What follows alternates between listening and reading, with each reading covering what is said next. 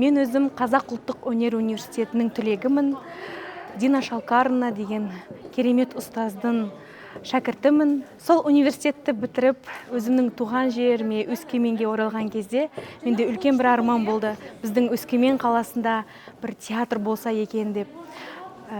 Және де біз оперета, спектакль, опералар қойсақ екен деген арман болды. Йоган Штраустың «Летучая мышь» деген оперетасын қойдық.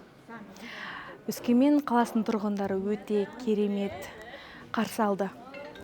Зал лық толы болды. 700 орын толы болды, және де орындықтар қойылды. Менің естуім бойынша. Және де Инстаграм арқылы да мен көріп жаттым. Тұрғындарға өте ұнап жатқан. Және де өте жылы қарсы алды. Содан кейін біз Сыдық Мұхамеджановтың «Айсұлу» операсын қойдық. Керемет өтті. Ойдағыдай болды бәрі. Мен халықтың жылулығын сезіндім. Олардың поддержкасын сезіндім, шынымен. Және де сол операға әжелер келген еді. Сол келген ақ тілектерін естідім өзім. Ол нәрсе мен үшін үлкен бақыт.